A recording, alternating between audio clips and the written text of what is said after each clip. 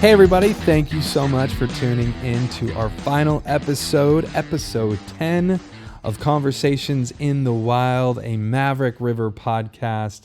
Such a fun season that we've been a part of. Thank you for your support, for tuning in, for sharing, for giving us reviews and great feedback. It has been a great project for me to get to hear from so many inspirational different guests and to hear your feedback in the way that you guys have been responding has been really, really special. So thank you. I'm very excited for this final episode because a guy I got to know through another friend, Blake Brewer, he is the founder of Legacy Letters and has just a fascinating, deeply tragic, but triumphant story of losing his dad at a young age, but yet taking that experience through a letter, through powerful words that were spoken by his father in a letter that have been transformative in his life and his journey. And he has turned that into a business called Legacy Letters. And man, I am personally inspired to spend the time to write letters to each one of my children because of the experience that Blake had and because of this successful business that he's launched. So I know that you guys are really going to enjoy hearing about it, and probably as fathers and mothers would be interested in doing a legacy letter for your children if you are parents. So enjoy this final episode. And again, thank you for sharing. Thank you for supporting. Thank you for listening to Conversations in the Wild, a Maverick River podcast.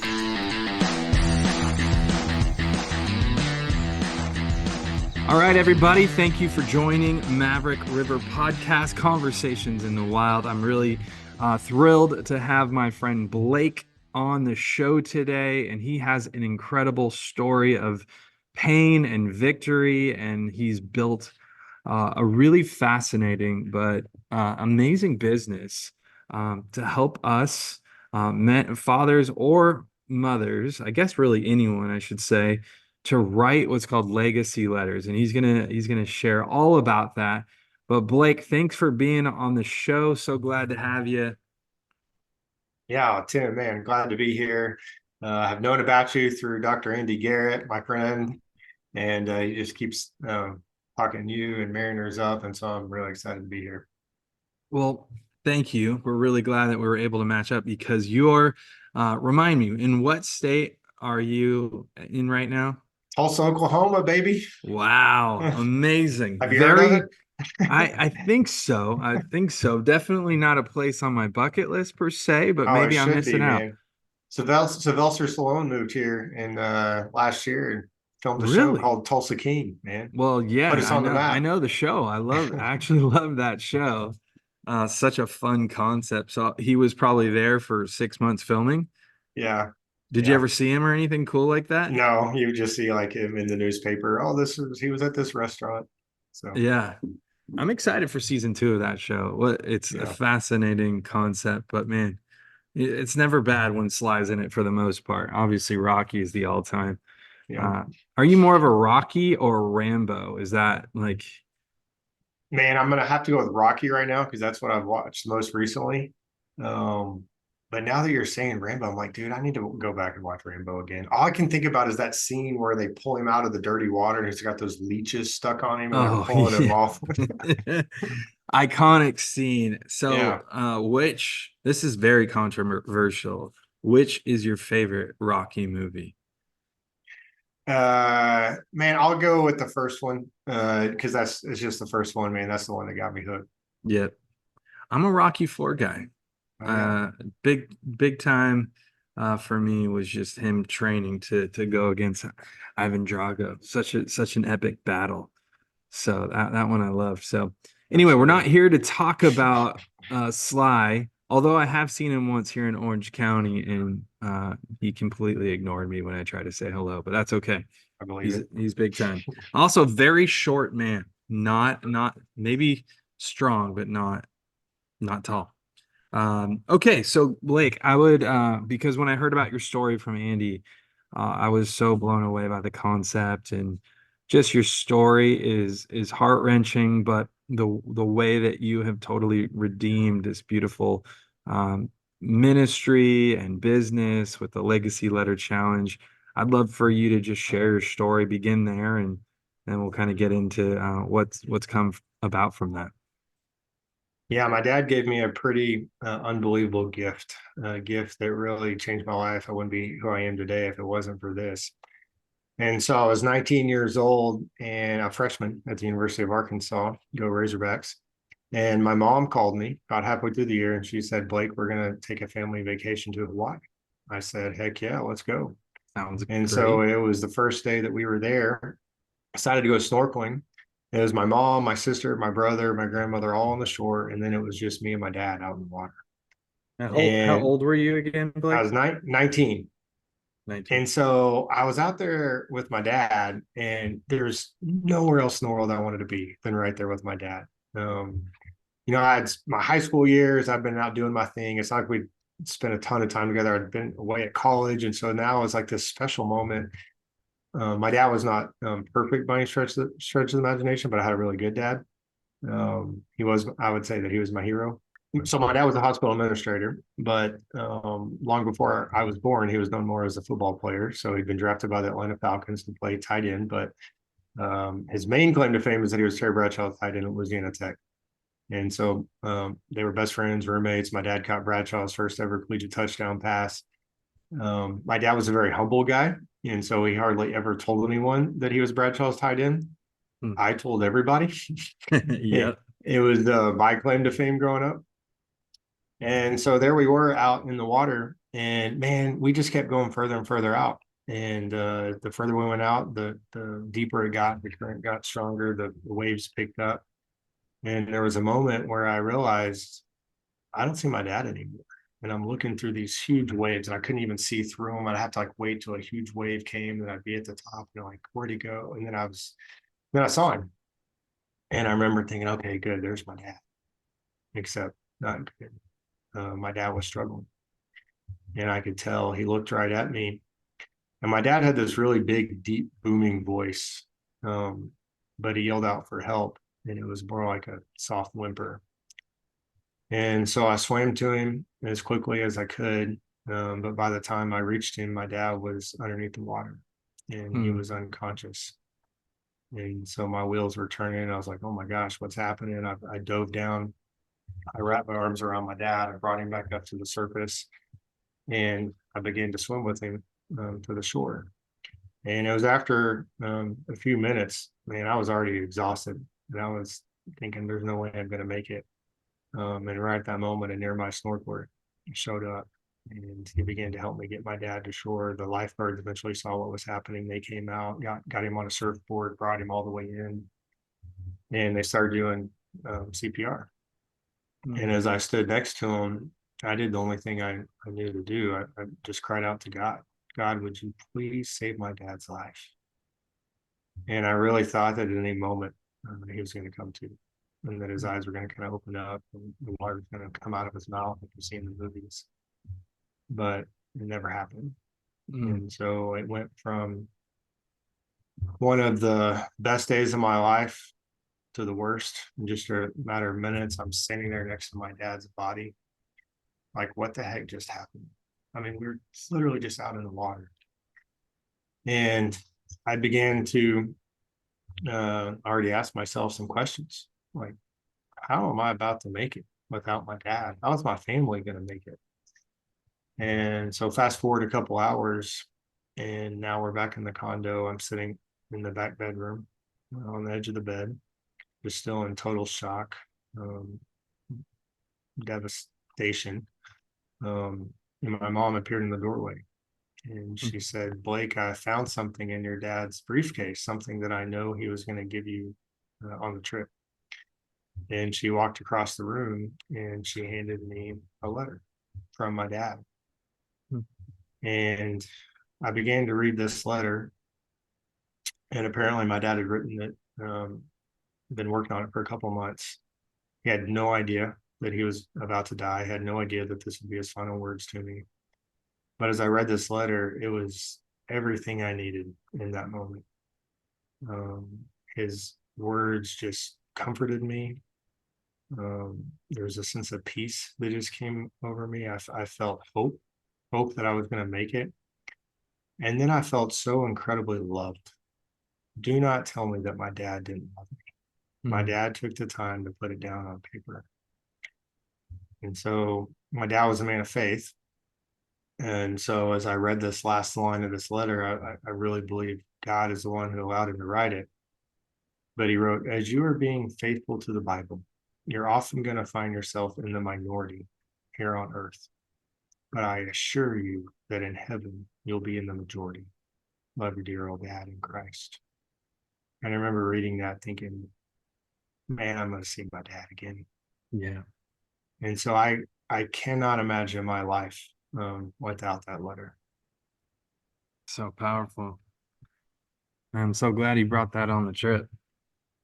Oh, And yeah. so, man, it's a tragic scene and story, and I'm sure you've told it hundreds of times at this point. I know it's gotten tons of traction, and but before we even get into uh the legacy letter, like what did the next 3 weeks, 6 months, 1 year, 4 years look like for you in that mourning and painful process of a 19-year-old college kid? And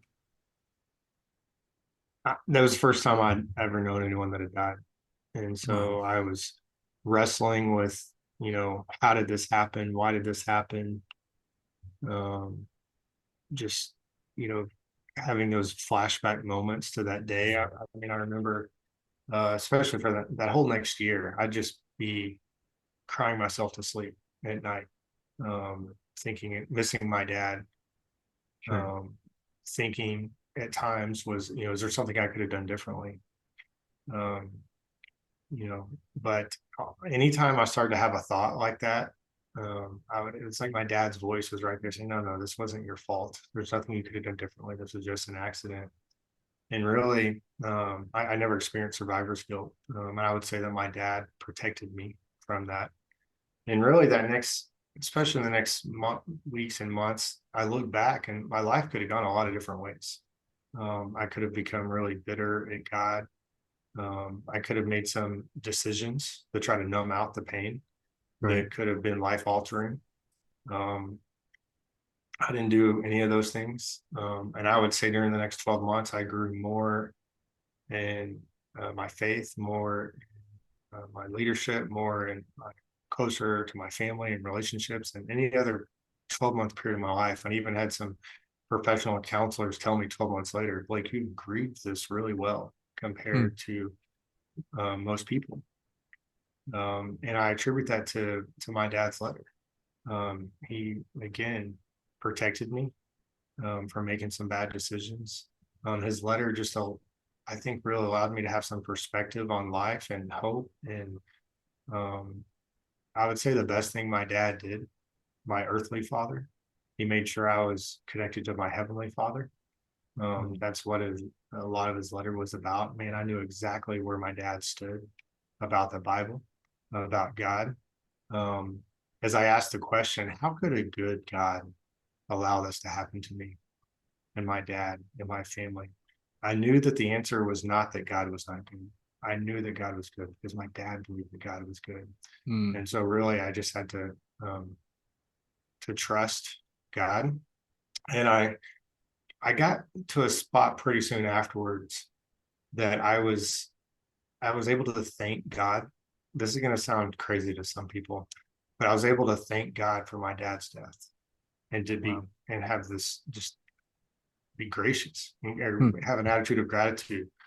Um, and it's not that I would do anything to have my dad back and for that whole event not to have happened. Like I miss my dad so much, but to just be, thank you, God, Hmm. for my dad. Um, most people, probably, I'd say most people, a lot of people don't have a good dad or they don't even know their dad. I had a good dad for 19 years of my life. God never promised that my dad was going to live to be 80 or 90 years old. So I can be grateful that I had him for as long as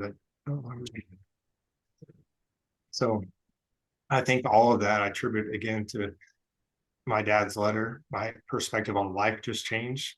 Mm-hmm. I realized, man, I am only going to be here for just a little bit compared to eternity. And for the time that I'm here on earth, man, I want to live for God, and I want to live for what matters, and I want to live for the souls of men. Mm. I think you a lot of the story is so much attributed to the letter that your dad wrote you, but the interesting thing is we've had some other guests, and it's very common for men to have a lot of pain in trial because of their relationship with their father. There's just such a massive connection for us men to have a father figure in our life. And you've attributed so much to the man that your dad was to you for 19 years. And but the thing that I just keep thinking about is the power of words. The words that he wrote on that letter have completely changed your life uh, after he was gone, and that has like carried you through. Obviously, pointing to Jesus and giving you a sense of peace that would probably only come from God through that circumstance. But uh, I think about a conversation. One of our first podcasts was Daryl Strawberry, and he shared that when he was probably around that same age, 17, 20 years old or so, his dad uh, made it clear to him that you will never be worth anything, Daryl. And those words penetrated his heart so severely that even in his victories, this is won the World Series multiple times, has multiple World Series rings, fame, victory, wealth, and yet he has this really dark part of his story of blowing out his life and drugs, alcohol, women, to the point where he ended up in prison. And when he was sharing with me, ultimately he said, uh, those words continue to echo every day of my life of you will never be worth anything. This is completely opposite the power of words, and scripture talks about it, where your dad's words to you, probably as a boy all the way up until, you know, that day, very powerful words of encouragement and blessing, and this is who you are.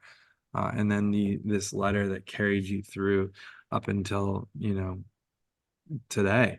And so the power of our words as fathers, or really as husbands or anybody, are so essential. They cut. And so those words are so critical. I'm sure you talk a lot about how important words are, but any response to that? Well, yeah, we're all repeating words that our fathers and our mothers and other important people, but have said to us. And I've come across dads and guys who, they never met their dad. And so they don't actually have words that their dad said, but they do have words, because the words are, hey, you don't matter to me. I left you, I abandoned you. And those are the words that's the story they're telling themselves. Right. And so it was 3 years ago when I went to write a letter to my kids. They were young then. And I mean, they're 7, 6, and 3 now. And I'm sitting there looking at my kids and the world they're growing up in, and I'm like, just like any other guy, man, I want to be a good dad here. Like, what do I do? Give me something to do. It's like, I know what I'll do. I'll write them a letter. If anyone knows the value of a letter from their dad, it's me. And so I pull out this blank sheet of paper, and I'm sitting there at my desk, and I'm like, what the heck am I about to write? It was really overwhelming. Mm. And so I started to um, do a lot of research to understand, okay, what do I need to write in this letter? If I'm going to do it, let's do it right. And obviously, I knew that my dad's letter and his words were impactful in my life, but I never really understood why. And so I began to do this research. I was like, oh my gosh, like the words that I say to my kids are absolutely critical. I mean, there's words that I could say today that could absolutely wreck their life, like Daryl Strawberry's Mm. dad. And I shudder at even accidentally saying some of these words. Right. And Tim, you could say these exact same words and phrases to my kids, and it might hurt their feelings a little bit, but they'd be able to brush it off. But if I say it, oh my gosh, like they're Yeah. going to need to get some therapy. Yeah. But on the flip side, there's words I can say that can bring them confidence, resiliency, hope into their life, like no one else can. And so I really believe that the most powerful words spoken on the planet are spoken by a father or spoken by a mother. And so all of these words that can help my children, it's like I got to make sure these words are in there. Uh, and so I wrote this letter to my kids, and Tim, it felt amazing, like to finish this letter and to know that, oh, like, man, if something were to happen to me, like, man, this is written down. Like, there will never be any same way that my dad did for me. My kids have this now, but I quickly realized that as I did this for my kids, I was the one who benefited the most in the intermediate for writing this letter because it Hmm. just slowed life down, made me think about what was most important, what I want to be true of my family 5, 10 years from now. This letter became a guide for me to then go live out. Wow. Um, and and yeah, it just felt so good to have this letter done. Now I did decide to go ahead and read it to my 4-year-old daughter at the time, and Gracie Kate. And normally every night I'm reading her a book, like a princess book or something. And that night I said, Daddy's got something for you. And so I began to read the letter to her. And Tim, I don't know, are you a crier? I'm a crier sometimes. It's not an easy cry, but Yeah. it's as I've gotten older, I cried in my kids' classroom last week because a bunch of kids were singing worship songs. That one got me. I Oh was like, man. whoa, what is happening? There's water Yeah. coming out of my eyes. So, Oh man. I'll see those videos of the soldiers surprising their kids coming oh home, and yeah. man, it just gets me every time. Yeah, those are Well, tear jerkers. well, my daughter had never seen me cry before, so I'm reading this letter to her, and man, I couldn't even make it through this thing. No, it's And awesome. so I'm wondering, what is she thinking of me right now? So I finish the letter, I look up at her, and she looks right back at me, and she says, "Daddy, can you read me the princess book now?" And it's like, yeah. And so I read her the princess book, through still getting over my tears from the letter. But then the next night, she did go to my wife and she said, "Last night, Daddy read me a message. Can he read me that message again tonight?" And Mm, so she didn't understand everything in that letter. sure. She will as she gets older, but she got the main one. She's got a daddy who loves That's it. Man, that's awesome. So what you did that on your own. You said you did some research on like how do you do this? How do you do this right? Like what began the process of turning this tragedy and then this beautiful moment with writing it for your three kids into the legacy letter? Is it legacy letter challenge? Yeah, Is that so the we started off calling Legacy Letter Challenge, and then like in the last few months, we're transitioning more to just Legacy Letter. okay? So if you go I to, just want to make sure I say it right. I don't even say it right half the time, but if All you right. get Legacy Letter, you're good. But yeah, it was around that I finished the letter, and then like a few months later, I meet two different guys a month apart from each other. And each of them, without knowing my story at all, shared with me how they had each received a life-changing letter from their dad. One of them is a guy named Victor Marks, and Victor runs this nonprofit, rescuing women and children all over the world, like doing amazing things. But he said when he was 25 years old, he just got out of the Marines. He's living a hellish life, his words. Um, and he gets a letter in the mail from his dad, and he's opens it up, and it's biological dad, and it says, "Dear son." And Victor says he was ticked. He was like, "Who does this man think he is that he can call me son? He abandoned me when I was a child. I've had 4 stepfathers. All of them physically and verbally abused me. One of them left me to die in a freezer. And now this man wants to call me son? No." He puts the letter aside. But as like what we were talking about earlier, he wanted to know what his dad said because we all care about what Yeah. our dad says Mm. and thinks. And he's like, so he goes, and this is the power of the letter because then the words are still there. And so he goes back to it. And his dad had become a believer. Hmm. and was trying to reach out to his son and to reconcile with him. And so Victor says, okay, I'll give this man the time of day. I'll meet him once, and goes to meet with his dad. And long story short, over the next few years, his dad becomes his best friend, and Wow. his dad becomes his best man at his wedding. Oh And my Victor gosh. comes to Christ. His life completely changes because of his new relationship with his dad. And I'm Amazing. listening to this story and I'm like, yeah. And it all started with a letter. And I'm like, what am I doing with my life here? I got to help more Hmm. people get a letter from their dad. And Yes. so that is where the mission started, to help 1 million dads write at least one well-written, meaningful, lasting legacy letter to their children. And so we developed a process. I believe every man has a legacy letter in their heart. We just got to get that letter from your heart to your mind to a piece of paper, and then ultimately into your kid's heart. And uh, created this program. And then for the last 3 years, dads and now moms as well. We've been helping dads all over the country write this letter. Some military guys, business guys, guys who work with their hands. We had no idea, but business owners who wanted to make an impact started purchasing our program for their employees. We got to deal with Walmart, and then financial advisors like, man, we need to start clients. And then the Today Show called, and the Today Show is like, man, you got to come share your story. And I was like, man, I know there's no way they're going to let me share my dad's last line about being faithful to the Bible.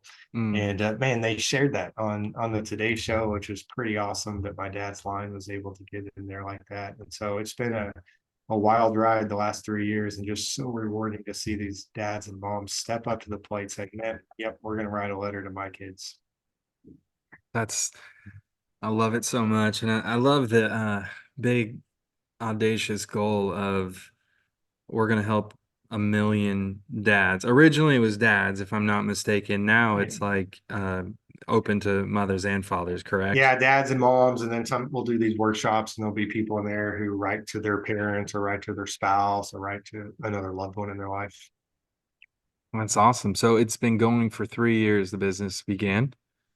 Yep, 3 years ago. And so we're one of the exciting things is that we just launched 2 cities. And so we launched Legacy Letter Kansas City, Legacy Letter Phoenix, with the idea that if a person writes this legacy letter, it's life changing to just write it. Obviously, it's life changing to receive it. But what if the whole city does it?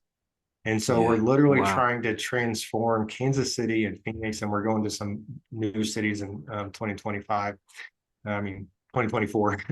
And some great business leaders have come together and say, yep, we'll provide it for our employees, for our members. And man, it's only God could be doing what he's doing.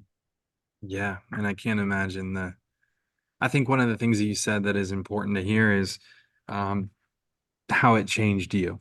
And I can't Yep. imagine that's not a very common story of someone that purchases the legacy letter kit and just goes through this process. I think something you said that really caught me is it just gave you the ability to slow down. We get moving so fast that we don't even realize how quickly our kids are growing up or how fast we're moving, building whatever we're doing, and we don't realize how critical and how fast life is moving in our own mortality of, man, I'm not promised tomorrow. And being an engaging father or mother and really taking the time to be present and to love our kids well. Yeah, absolutely. I think about, I'm doing life with my kids and my family, and it's like we come home, we got our night routine, eat, we're doing our chores, and we're going to bed. And it's like you miss some of these really important things. And then we also sometimes just assume, like, surely they know that, this is what I'm thinking or what I'm feeling. There was a dad who went through this with a group at work, and his children are all adults.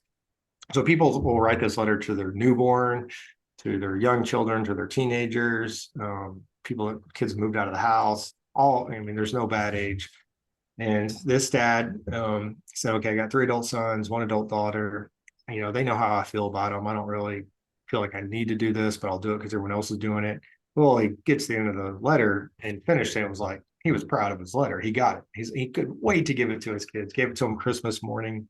He Mm. got little boxes he had made and put little family heirlooms in with the letter. His 3 adult sons obviously loved it to hear from their dad, how he unconditionally loves them, how he's proud of them, and he picked out unique traits in each of them.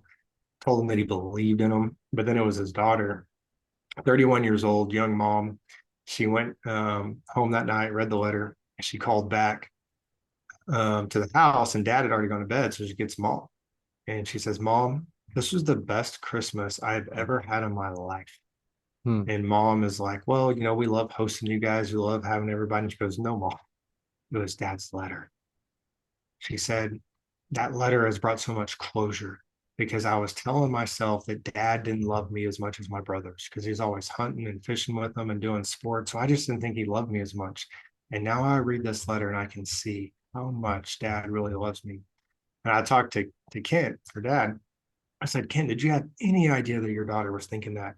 He said, "Man, I had no idea." And he said the truth is we spent twice as much money on her as we did all the boys.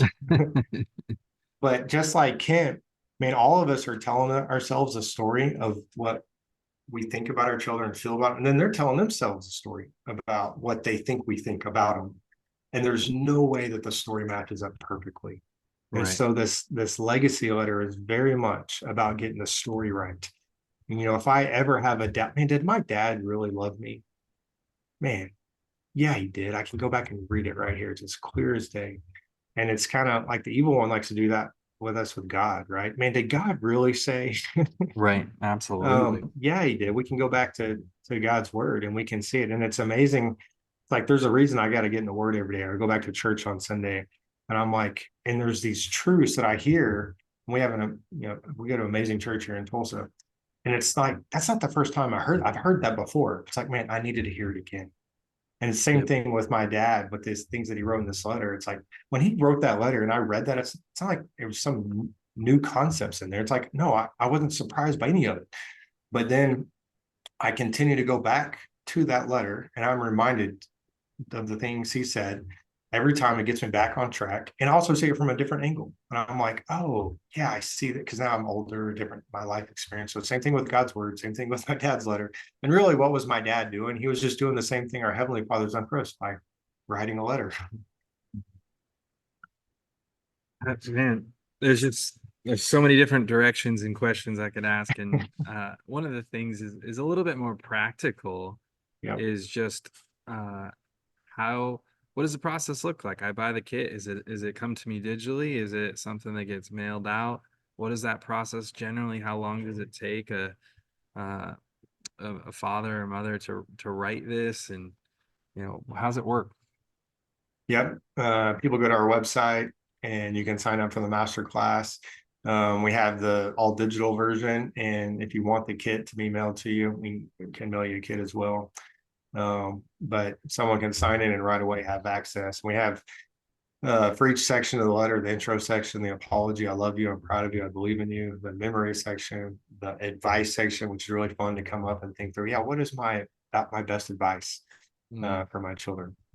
But we also talk about how to give this advice well, because a lot of times our children like roll their eyes at us, like when we try to give them advice. So we talk a little bit about that. And so we've got about a 5 to 7 minute video for each of those sections. And then also when someone signs up, we do like a monthly call. So if anyone's like, no, I want to experience this live, like on Zoom, oh, that's you great. can jump in that way. And then we do a lot of like in-person stuff. So I go and travel and we have other people to go do workshops and lead you through it. And we do that for different groups or, different churches or businesses. That's awesome. So how many letters have been written so far? We're 3 years in, got a We, million goal. we're doing our best to track it. And so we just say at this point, tens of thousands. Um, I compared to a million, we're a long ways away. And then at the same time, I'm like in shock about how far we've come and how God has opened up doors in the last 3 years. And to be honest, like the last 3 years has been a lot about building just this really solid foundation of amazing people that are on board with this, Hmm. so that we can really grow. And I don't know how fast we'll get to a million. If God wanted to, it'll happen by the end of 2024. It may not happen in my lifetime. Yeah. What I tell people is, man, my success with this mission is not based on the number of letters written. My success is just being faithful. And this is what my dad talked about. Just be faithful. So as long as I am faithful every day to do what God has called me to do, to my family, to provide for them, to lead for them, and with my job, and I'm doing pretty good. I love that. I love that you seem very focused on the mission that God has given you this. This is your story, and you're using it to glorify God and to just carry on the legacy, not only with your kids, but passing on the impact of this letter that you received. And it's probably so life-giving for you every time you hear stories of mothers or fathers that go through the process and how it's impacted. Like just the couple that you shared, I'm sure that's just so life-giving because he's given you this Well, platform, this mission. It's so cool to hear. well, I mean, I know that you have stories like that in your ministry and in your life, and man, yeah, I love those stories, and it's interesting because I'm uh, building a business at the same time, Right. and so there's days where I'm like, man, we got to figure out how to build a business. It's not like I built a business like this before. It's not like anyone has ever built a business around writing legacy letters. And so, you know, some days I'm just doing that, but then I'll get that email from someone who just finished their letter. This happened last week, and I'm like, oh man, that is so cool.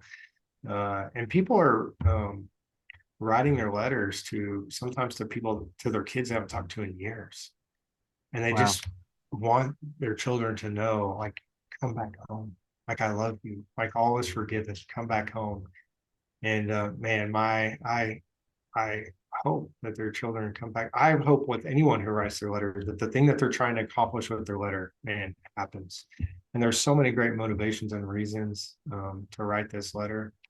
Um, and so, whatever those are, man, I get excited about it. I love hearing stories. Yeah. Very, very prodigal son, as you mentioned. Just come back home. Just come back Yeah. home. I'm sure there's been some incredible ministry as a result of this, of people really as they're reflecting, recognizing how God has uh, kind of orchestrated the whole story in the process of their own healing, probably as they're writing to their kids, thinking about their relationship with their mothers and fathers. And there's so many layers of this thing. Taking the time to go through. What are the sections you mentioned? Was there 3 sections or 4 sections? Well, so the actual sections of the letter, the intro, the apology section, then the I love you, I'm proud of you, I believe in you, and then sharing memories, and then the advice section, and then the closing last paragraph, and then the last line. We also have some other lessons to help someone prepare their heart and mind to write the letter. And Hmm. so we look at our relationship with our dad. And Yep. so this is a really powerful lesson.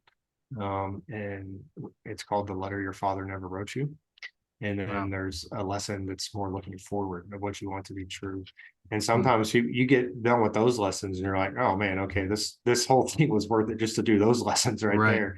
there. Because it is really therapeutic to do this. And really, this letter is absolutely for your children, but it is for you. Yeah. And we have had a few people come to faith through it. One guy up in San Francisco, man, he said, I don't even know another Christian. My family's not Christian.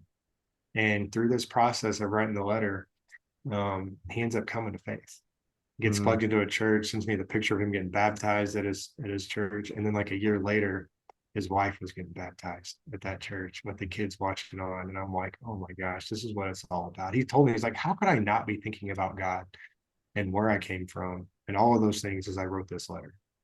Mm. Beautiful.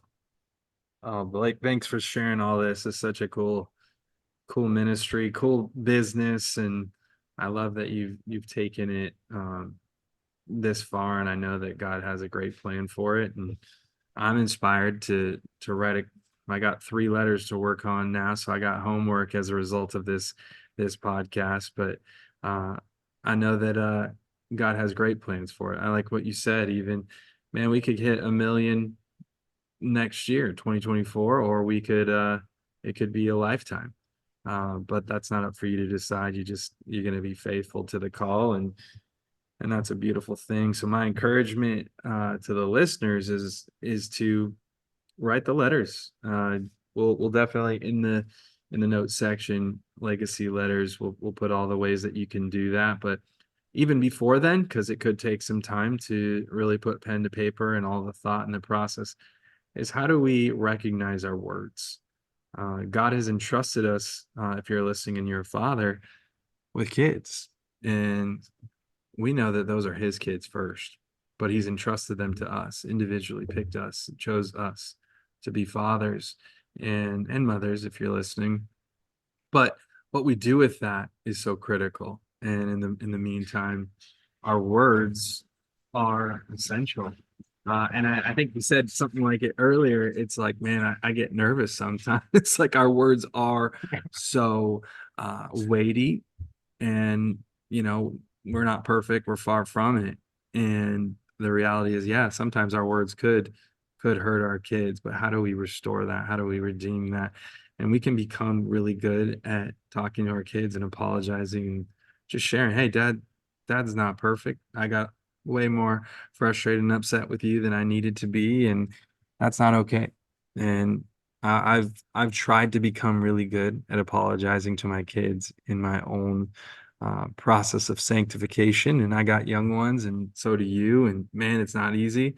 There are moments where we can lose it, but our words are uh, so heavy, so weighty, but both can do incredible things. They can breathe life into a child, and they can definitely hurt a child.